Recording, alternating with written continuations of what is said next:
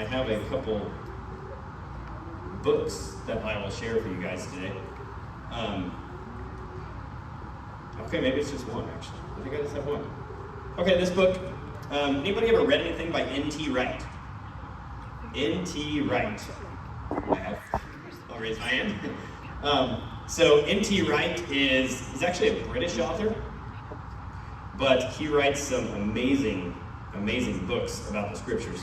And this book is a 9.5-hour listen on Audible at 1.3 speed, because I am not a 2.0 speed guy. My wife is, and I feel like I'm married to Rain Man when she's listening to it, because she's like, I don't understand.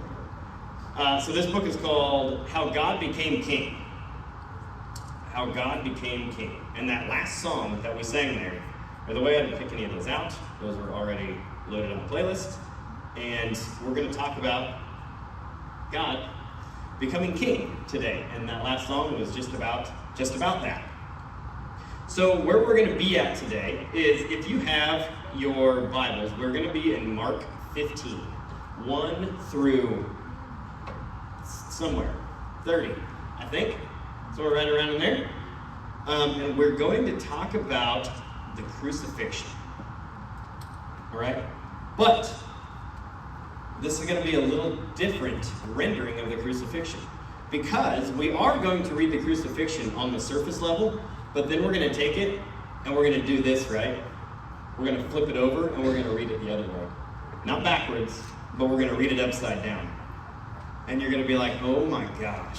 When I first was taught this, I was like, I'm baffled at what I'm reading right now, because it lines up so perfectly, and it's probably going to make you smile when we get to like the third or fourth point.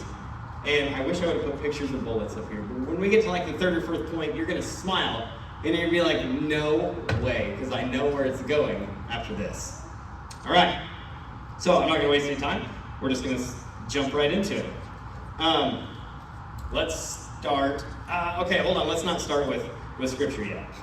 Okay, so we know these gospel writers are writing a little bit differently. By the way, if you are one of those people that's really struggling with the gospels not being harmonized and not being correct, I know people that do struggle with that, and they're like, I want it to say the same thing. That's okay. If you do, there's a book called The Harmony of the Gospels. It's like this thick. It's by Thomas and Gundry. Those are their last two names. Thomas, I can't remember their first names. Thomas and Gundry. And it is a harmonization of the Gospels. And you can actually flip through this book, and you can find where they'll put all 4 Gospels and they'll harmonize them together to not so much say the same thing, but to really mean the same thing. Okay? So if you're somebody who's struggling with that and really needs to find clarity in that area, I would highly, highly recommend that one.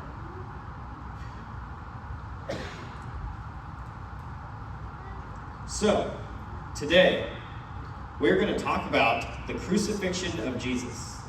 But not only about the crucifixion of Jesus, we're going to talk about it as a Roman coronation ceremony of a king. Anybody in here ever heard about that? If you have, raise your hand. I love it, because I had never heard this the first time I was taught this, and I was just baffled. Okay, so this is only found in the book of Mark. Now remember, who is Mark writing to? Mark is writing to people in Rome, okay? So he has to make things make sense to the people who live in Rome, right? Just like, remember we were talking about earlier, Kansas backwoods, and then San Diego, California, we're going to write a little bit differently. Okay, he is writing to the people in Rome. So he has to make his gospel readable to those people in Rome. And what Mark is going to be doing here in Mark 15 is he's going to be presenting Jesus as a king. Not just as any king, but as Caesar. Like, Caesar is the highest official you can possibly get. He was elevated. It was called the imperial cult. Okay, the imperial cult, which means that Caesar was elevated as a god. Okay? So, how did that come to begin? That's an extremely good question. Do you remember anything called Caesar's Comet? Okay, Caesar's Comet, I think I talked about it like a year or two ago, where Caesar, now this is it, Caesar ascends to heaven, which this is Julius Caesar, by the way. Julius Caesar ascends to heaven. And this is how Caesar Augustus then gets to become Caesar. And he says, well, that was my father who ascended to heaven. So now, as he ascends to heaven, he is said to be a god. This is Roman culture, right? He is said to be a god. So then that made the next Caesar who? Somebody said it. Say it louder. The Son of God. And it just kept going and kept going and kept going. Caesar after Caesar after Caesar. When one would die, they would say, oh, that Caesar ascended into heaven to take his rightful place as God. So then the next Caesar that comes along is then the Son of God. Do you see how Jesus shows up at such a perfect time? Like, it's unbelievable, isn't it? But then as you read this, you're like, it's not just unbelievable, it is believable. Because this is why, like when Paul says in Galatians, he says, and Jesus came at the right time, like at that appointed time. This is why, at that appointed time. Okay, so when a Caesar would pass on, there would become a new Caesar, okay? And they would have a ceremony, a coronation ceremony for the new Caesar. Just like we do with a president, okay? We have the same thing for a president. They walk through all the things, and our culture is so Roman, it's not even funny. We just don't see it because we don't know Roman culture. But it just kept going, and we live it today, right? So, there is a 9-step process to a Roman coronation ceremony. Let's just go through it really quick. First, there would be a gathering of the Praetorian Guard. This is the first step. There was a gathering of the Praetorian Guard. They knew who the new Caesar was coming in. Just like we elect our president, and then we know who wins the election. And then they introduce him into office, and they go through the ceremony. Honestly, I don't even know the ceremony process because I've never sat down long enough to watch it. I'm not really into politics, but so I don't know the whole process that they go through. But this is like they have elected the Caesar. They've chosen the Caesar, and now he is going through his coronation process. Okay? First step, there's a gathering of the Praetorian Guard. The Praetorian Guard would be like the Secret Service for the Caesar. They were the ones who protect the Caesar. Okay? So this is step one. Try to remember these steps that we're going to go in. I know it's going to be hard. We'll go back through it. There's a gathering of the Praetorian Guard. Number 2. Next, there is a ceremonial dress that the Caesar wears. The king would be dressed in purple robes and with a crown. Okay, that's number 2. Number 3, there would be a procession. This took place in Rome. There would be a procession where the Caesar would walk down this way towards the temple of Jupiter. Okay? He would walk towards the temple of Jupiter. Now, in this procession, obviously there is going to be a ton of people lining the streets. It's almost like, when Kansas City wins the Super Bowl this year, there's going to be a procession down Kansas City Street, some street in Kansas City, I don't know where it's at, and they're going to go down this way, and then what's going to be standing on this side and that side? People are going to be standing there saying, yeah, woo, we won the Super Bowl, right? Okay, this is the same way. They're going to have a procession for the Caesar. He's going to walk, everybody's going to be lined up saying, Hail Caesar, Hail Caesar, Hail Caesar, is what they're going to be shouting, actually. Actually, they're going to be shouting, Hail Caesar, Lord and God, is what they're going to be saying. So you have this procession, right? It's called the Via Sacra, or the Sacred Way, if you haven't ever heard of that one before. It's called the Sacred Way, the Via Sacra. And a bull would be led in the procession as the sacrificial animal. or the victim, I guess you could put it that way. So once they got to the temple of Jupiter, they would then sacrifice the bull there. Okay? And if you want to go further on that, in like Roman stuff, it's going to be like Taurus. The bull always represented Taurus, that god. Okay, so we got 3 of them. The gathering of the Praetorian Guard, the ceremonial dress, the procession, and now the 4th one. If anytime you have questions, just stop. And you're like, hey, what was the 2nd one again? Oh, we'll absolutely go through it. Okay, so here's the 4th one. There is an official to carry the instrument of death. What is that? Yeah, there is an official. Somebody next to the bull and the Caesar carrying an instrument of death. It would have been a double-sided axe. Okay? And they would have carried this instrument of death to the temple of Jupiter, which there they would have then used the instrument of death to kill or sacrifice the bull. Okay? Making sense on that one? Great. That's 4. Number 5. They would get to the temple of Jupiter. Get this. The temple of Jupiter was called Capitoline Hill. Capitol Hill.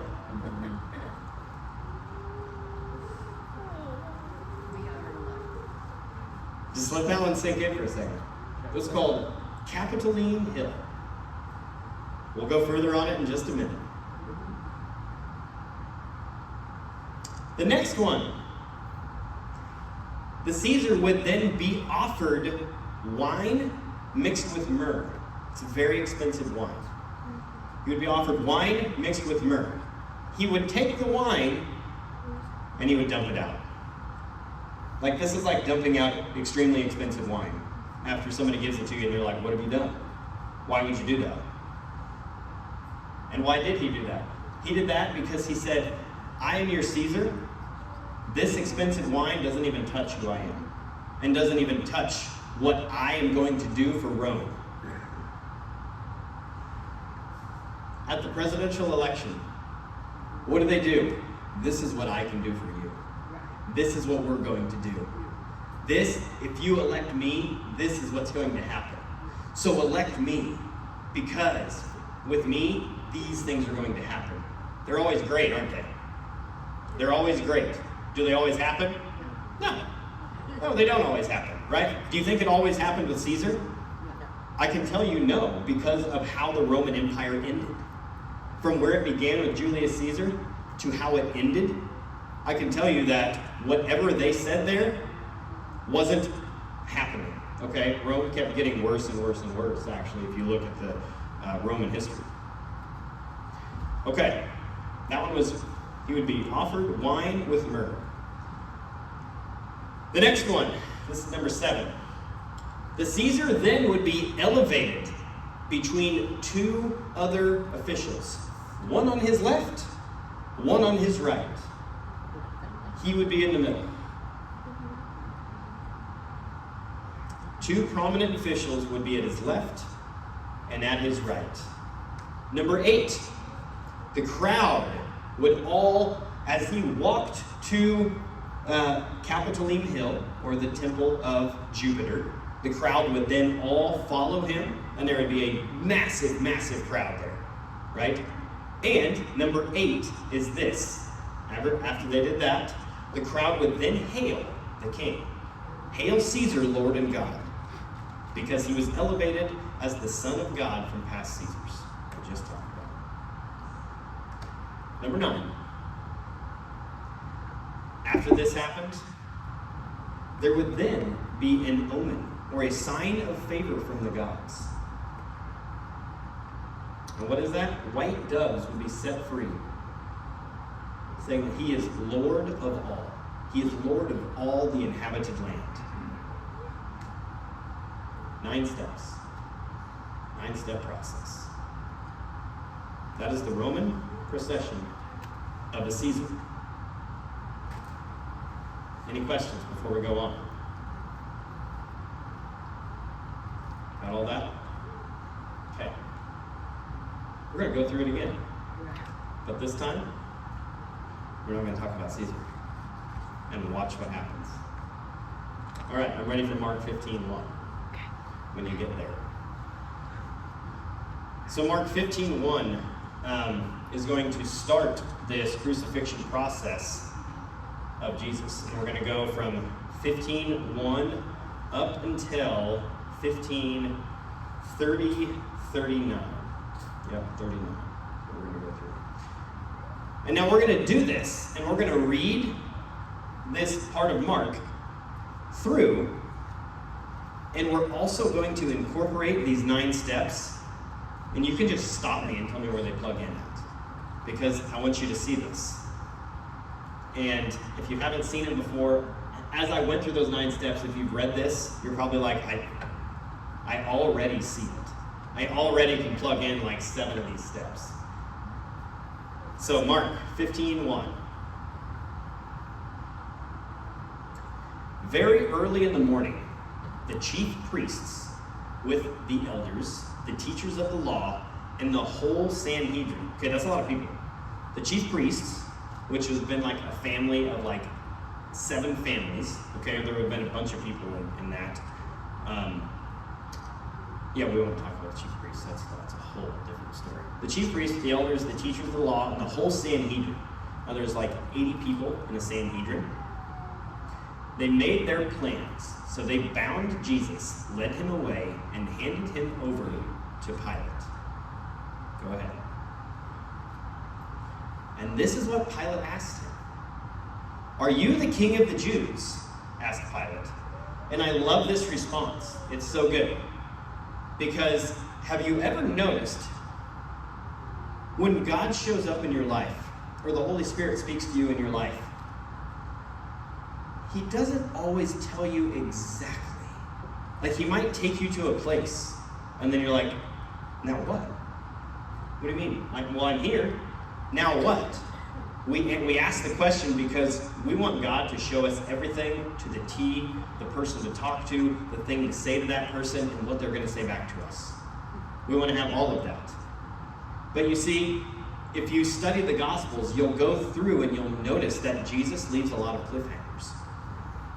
Of places of where it's just like, well, what do you mean by that? I want the full answer to it. You see, they wanted you to discover the answer. Because if you discover the answer for yourself, then you know that on a deeper level. Isn't that so true? That's so true. Because if somebody can tell me an answer to something and I'll forget it in a week. But if I discovered it myself, I'm like, oh, I remember the day I discovered that, where I was sitting, what I was reading, it was page 86, and I discovered that one for myself. You see? I just remembered 5 things off of the day I discovered that one thing. So notice what he says back to Pilate.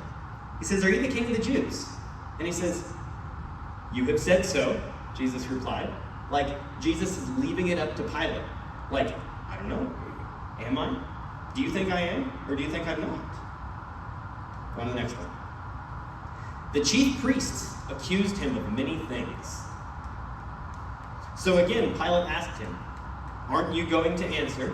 See how many things they are accusing you of." You see, if that was us, right? If we were standing there and they were accusing us of a bunch of things, we would look back at Pilate and be like, no, I didn't do any of that. I mean, you're taking it all the wrong way. I didn't do that. I did this and this and this, but I meant it like this and this and this. So, no, I think we got it all wrong here. See, we would try to defend ourselves. But Jesus isn't trying to defend himself, is he?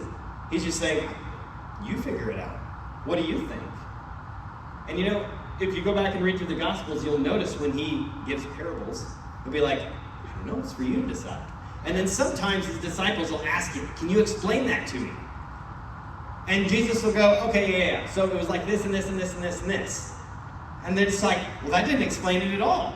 Like, it made me think about it again, because now I really got to figure it out for myself and discover it, right? It's the same thing Jesus is doing to a Roman official. He's saying, I don't know, you figure it out. But Jesus still made no reply, and Pilate was amazed. Now it was the custom at the festival to release a prisoner whom the people requested. You know this part, right? We've all read this part. A man called Barabbas was in prison with the insurrectionists who had committed murder in the uprising. Stop right there for a second. Okay, so the insurrectionists, that is a word for zealots. Remember learning about the zealots? The zealots are the insurrectionists. They are the ones who are like the revolutionists. They didn't like Caesar, and they wanted Rome to be out of the way so that Jerusalem was the center, like our God was the center of worship. Okay? So a man called Barabbas was in prison with the insurrectionists who had committed murder in the uprising. Now, do you remember what Barabbas' first name was? His name was Jesus. It was Jesus Barabbas. So the crowd came up and asked Pilate to do for them what he usually did. Do you want me to release to you the King of the Jews? Asked Pilate. Or, knowing it was out of self-interest that the chief priest had handed Jesus over to him, keep going. But the chief priest stirred up the crowd to have Pilate release Barabbas instead. Okay, hold on right there. Why do you think the chief priest stirred up the crowd to have Pilate release Barabbas? Do you remember what Jesus did before, like the whole, leading up this whole week, right? He went in and he flipped over the money changers' tables in the temple, right? You know why he did that? Because they were setting up in the temple to exchange their animals for a sacrifice. Where they were set up at was in the Gentile court. So none of the Gentiles could come in there and worship because it was completely full of the chief priests selling all of their sacrificial animals there to the people who wanted to come in and sacrifice. They're like, oh, I'm sorry, there's just no room for you Gentiles because we have all of this set up. And Jesus walks in and says, actually you don't. You need to remove all of this so the Gentiles can come and worship too. Which, guess what? If you're not Jewish, it's all of us. Yeah, that's me. And if I would have walked in there and saw, completely full of sacrificial animals that they're selling, what could I have done as a Gentile? Walked in there and been like, hey, can I sneak past there? And be like, no, actually you can't sneak past there. So, when Jesus went in and did that, chief priests didn't like him. Sadducees didn't like him. So they're like, actually, you know what? Let's just get rid of this guy. Because he kind of, the other day, when he came in and flipped over tables and whatnot, when we couldn't sell anything, we didn't make any money that day. They were making loads of money off of selling these sacrificial animals to the people that were coming in. We could go so deep in that. Because people would come from all around during the Passover, and they would come with their animal, their lamb that was spotless, and they would walk in and they would say, these people were poor. They would walk in and they would say, here is our sacrifice for my family. And the chief priest would look at him and be like, your sacrifice just isn't good enough. I see one little blemish here. Yeah. That one's not going to do. You're going to have to buy one from us. Is that messed up? That's how that worked. That's how the Sadducees and the chief priests got to be so corrupt. They were using the temple to make money. That would be like me standing here and be like, actually, I need you all to put $100 in here, because if you don't, then nothing good's ever going to happen for you. Jesus is not just, he's just not going to be with you this week. Isn't that crazy? Isn't that crazy? That's what they would do though. Like, oh, you just coming here? That's not good enough. You're going to have to buy one of our sacrifices. That's wild. Okay, keep going. But the chief priest stirred him up. Yep, what shall I do then with the one you called the King of the Jews? Pilate asked them. Of course, they want to get rid of him. Crucify him. Yeah, crucify him. Get rid of this guy. We don't want him here anymore. Go on to the next one. Why? You see, this is Pilate is just like, I don't get this. I don't understand. And he's actually kind of scared. What crime has he committed? Asked Pilate, but they shouted all the louder, crucify him. Wanting to satisfy the crowd, because Pilate had no other option, right? Had this not been done, there was a lot of people coming for Passover, and Pilate didn't want to cause a huge uprising. So he's like, I can't do anything about this massive crowd. We're going to have to crucify him to make them happy. So wanting to satisfy the crowd, Pilate released Barabbas to them. He had Jesus flogged and handed him over to be crucified. Stop for 1 second. Okay. Jesus, like these last 10 chapters right here, we have talked about these two prisoners that they have. and they're going to release one of them. Jesus, who is going to be crucified for the sins of the world. And then another one, Jesus, Barabbas. Why does it say his last name? I don't know. That doesn't make any sense to me. Or does it? Because there's a second one that gets released, and his sins actually get forgiven. Because he was released, right? And if Jesus was the sacrifice for all of humanity, then that guy would have been forgiven as well, right? Is that not true? So look at this. If you go into the Hebrew and you find out, what does Barabbas mean? Well, bar, if you look at the word bar, it means son. What does Abba mean? Is son of the Father. How many of us in here, who gets set free? The Son of the Father. How many of us in here are sons of the Father? Welcome to all of us. So who gets set free? It's said right there. Barabbas, the Son of the Father, gets set free. That's you and me. That's you and me. You ever heard of a scapegoat ceremony? There's two goats. One, they let go. Is this not a scapegoat ceremony? One is let go, and the other one isn't. Look up scapegoat ceremony. We don't have time to go over it today. Maybe someday we will. It's really interesting. Okay, any questions on that one yet? Just raise your hand if you do. 16. Ready? Start reading it. Step 1. The soldiers led Jesus away into the palace. That is the Praetorium. And called together the whole company of soldiers. What do you need a whole company of soldiers for? The Praetorium. We're in step 1, aren't we? This is step 1 of the Roman procession.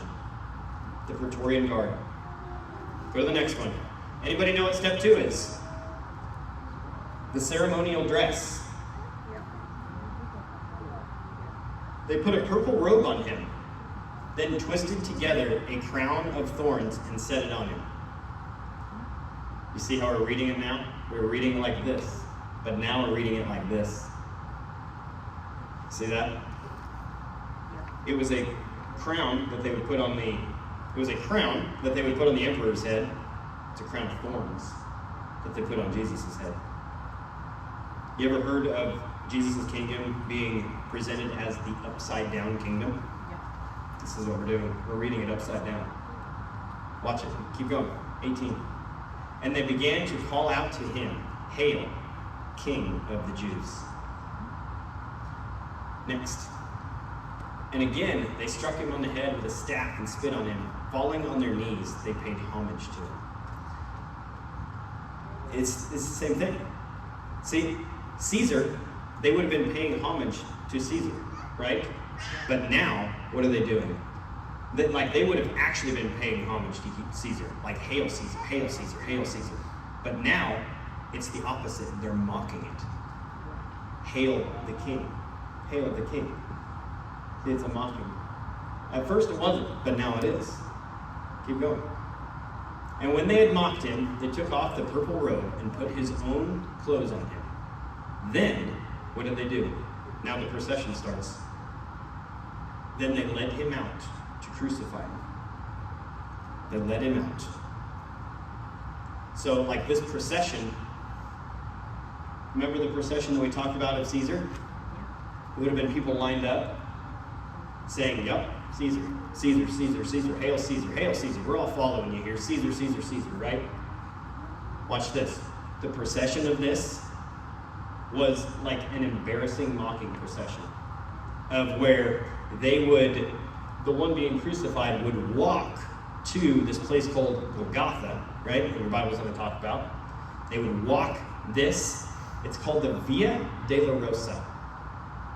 The Via Dolorosa, which is called the Way of Suffering. The Way of Suffering. And they would be walking down here, and people would be spitting on them. People would be mocking them. Like, oh, you thought you were this and this and this, and you thought you were going to do this and this and this, and see, watch, you haven't done any of this. We're going to follow you all the way there, and we're going to watch you be crucified. Because, see, you thought you could do this, but you couldn't. You couldn't. Upside down. Upside down. When Caesar walked by, they would be hailing him. When Jesus walked by, they mocked him. It's the upside down kingdom. Keep going. Any questions? Raise your hand. What was step number 4? Do you remember that one? A certain man from Cyrene. Why did this have to happen? A certain man from Cyrene, Simon, the father of Alexander and Rufus, was passing by on his way in from the country, and they forced him to carry the instrument of death. The cross. And was there not a sacrificial victim walking with it? Oh, come on. Keep going to the next one. They brought Jesus to the place called Golgotha, which means the place of the skull. Hold on. We say the skull. And this is called Capitoline Hill, right? For the emperor. Capitoline Hill. Do you know what Capitoline Hill means? It means head hill. Head hill is what Capitoline means. The word kaput means head. Where's Jesus going? The place of the skull. Do you see it?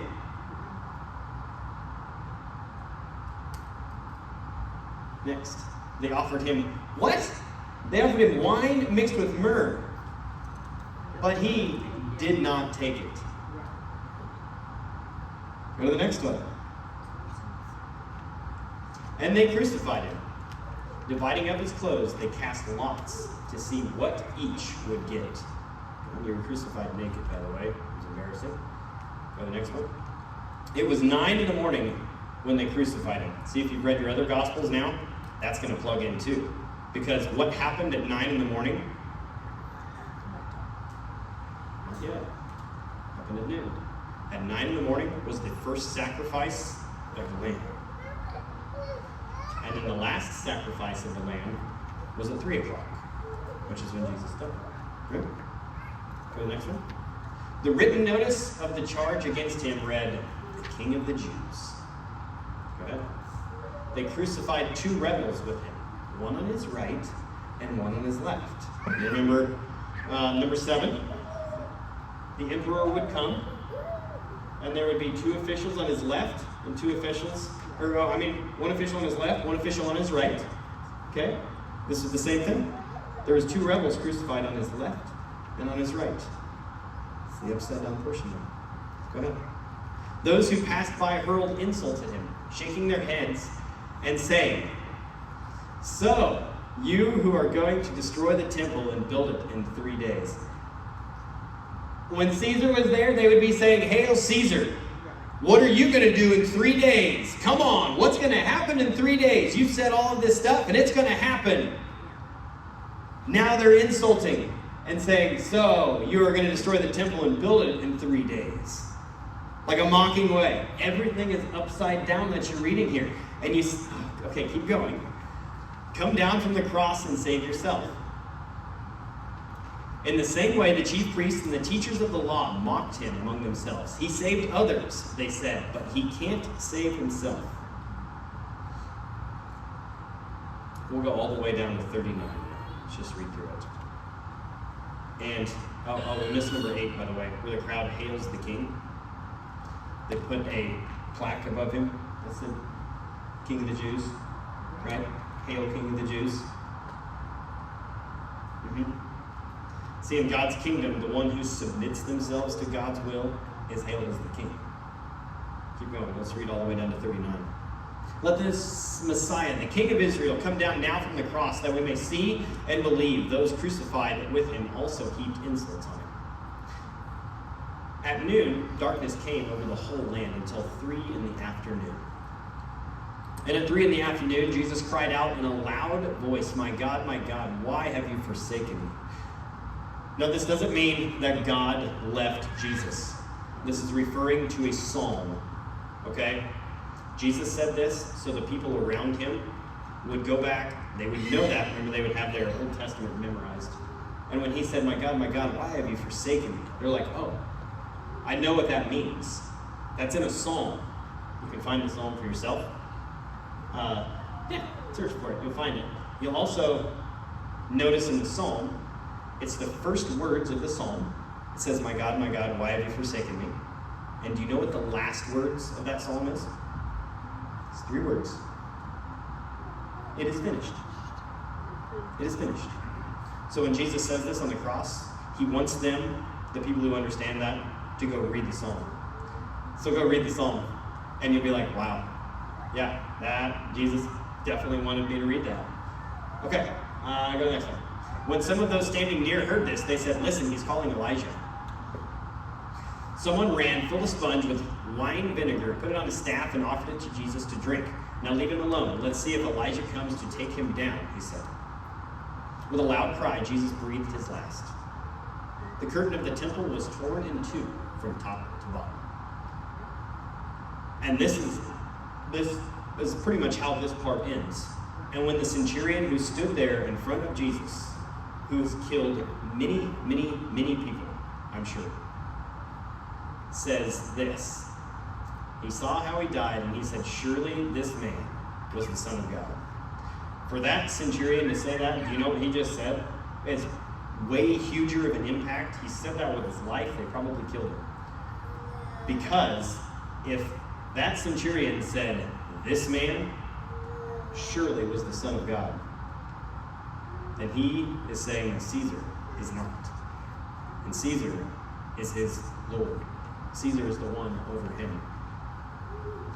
So when he says that, there's something that changed that day in him. You can probably go back to a time in your life where something changed in you like that. Just like for that centurion. When you saw that. Or when you experienced God. Or God did something literally right in front of you. You're just like, well, I didn't even know that was possible. Right? That day. That was that day for the centurion.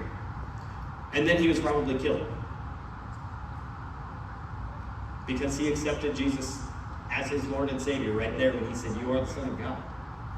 And I actually accept your kingdom and not mine.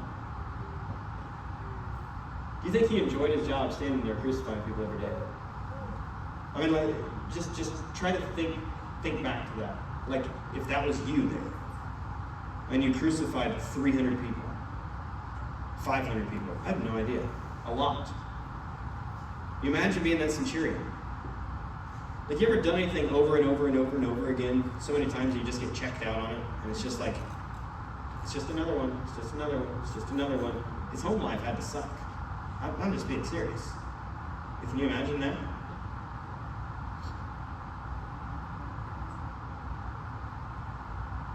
So, did you see, after we went over that from the first time, the first 9 steps was here. And then those other 9 steps, as Mark plates it, is here. It's all the upside down kingdom. And you can go back and you can read back through Mark, back through those 39 verses we went through, and just change the wordage in it. Let's do one. Go back to like, and I'll show you what I mean by this. Go back to like Mark 15, 16. Next one. Yep. And let's actually go on more. Yep. They put, and see, this is what I'm talking about by flipping this over. Okay, we'll just read a little bit of it, and then you can read it yourself. They put a purple robe on him, then put a gold crown on him. Go ahead. We're just changing the wordage from one thing to the next, and see how it's upside down. And they began to call out to him, "Hail, King of the Jews." Again and again, they paid, not only struck him on the head with a staff, bowed down to the staff. See, this is what they would have done for Caesar. They bowed down to the staff. They didn't spit on him. They would fall on their knees, and they would pay homage to him. Not in an embarrassing sense. Keep going. And after they had dressed him in his ceremonial dress, they led him out to the procession. Go ahead, let's do one more. And then there would be a man carrying the instrument of death, not for the Caesar, but for the bull. And then you can just keep going on. You can just keep reading it the same way. Just changing it from a mocking version to an uplifting version. Right? And you will get a Roman procession out of it. And what is Mark doing through this? He is writing to the people in Rome. And they would have understood all of this. They would have been like, I have seen a procession of a Caesar. I've witnessed it myself. So when they read this gospel, they're saying, you're telling me that Jesus is actually the king? See, Mark is presenting him as a king. If you read the book by N.T. Wright, How God Became King, you'll soon see this. And he takes it into way more detail than this. So when the people in Rome are reading this, like, this is a Roman procession. Wait, you're giving Jesus a Roman procession like a Caesar would have? Like, he is the actual Son of God. Like, this is what Mark is telling them in Rome. It's this upside down kingdom. See, he's writing it all in code. The first level that you read is the mocking, hard version to read. The second level that you read is this Roman procession. Like this procession of Jesus is the Son of God. Jesus is the King. And Jesus does do it all. It's the underlying way that you read it.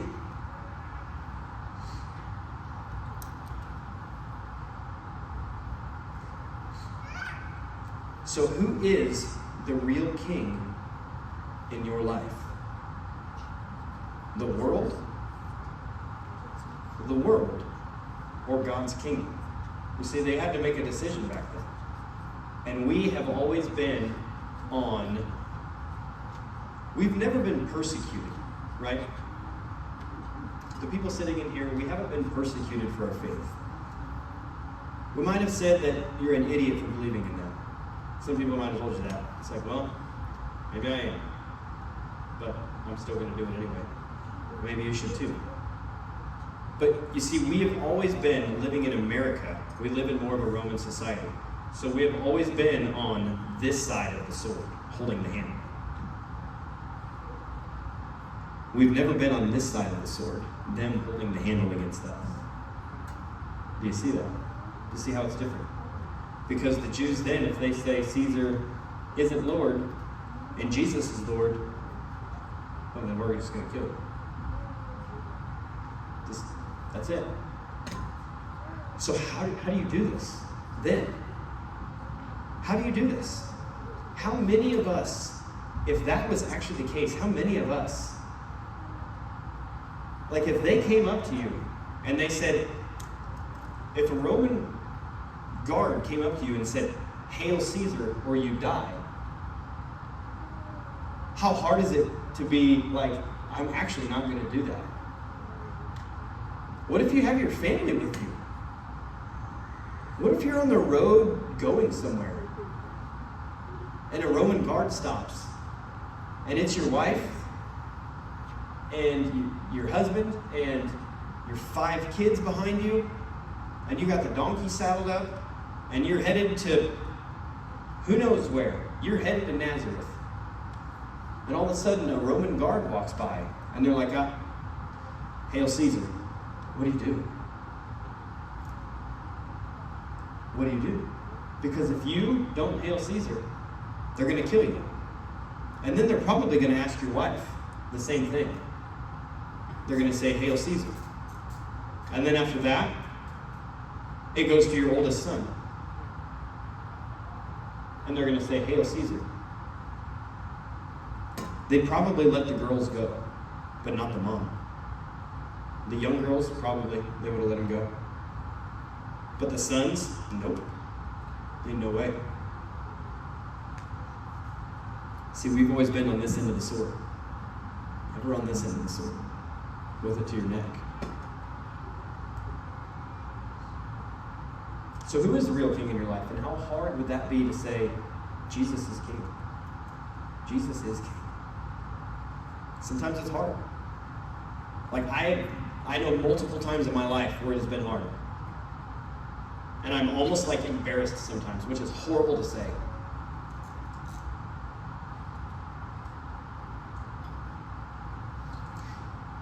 They had to make a choice, just like you do today. You're going to worship the world, you're going to worship God. And we'll see, they also had the same choice to make like we do today. Are you going to worship the empire, or am I going to worship shalom? Like, am I going to worship political powers, or am I not going to? Am I going to worship shalom? See, we have to deal with the same things in our life today. It's a battle. It's a spiritual battle, and it's always a battle. Two forces colliding every day that make it difficult for us to decide. Two forces coming together. It sounds like the book of Revelation, doesn't it? There's a war. Two forces are colliding. You have an empire force colliding. You have a shalom force colliding.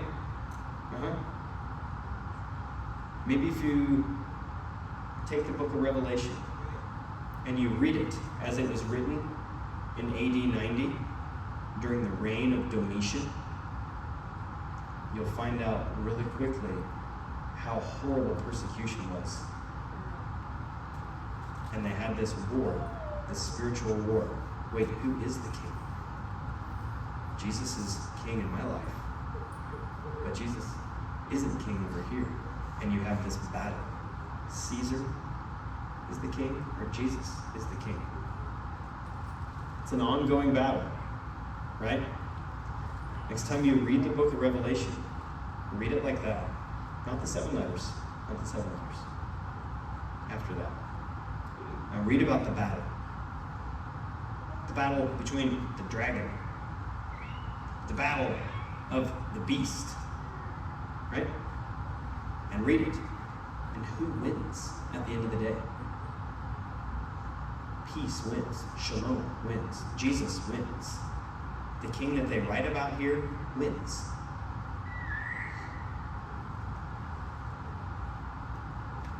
So even under persecution, a lot of these people here, a lot of these Jews, because we wouldn't have the scriptures without these people, even under persecution, they still said, we will not bow our knee to the Caesar. He is not the true king. Just like the Roman centurion said, surely this man was the Son of God. Now, do you believe that he's the Son of God in your life? Yeah, me too. God, I thank you for this day. I thank you for your word. I thank you for everything that you say in here for us to believe, for us to understand, and for us to go further with. And God, I pray that you just reveal yourself in our life, in any and every circumstance. God, let us never be a hindrance to where you want to show up in anything and everything that we do. In Jesus' name I pray. Amen.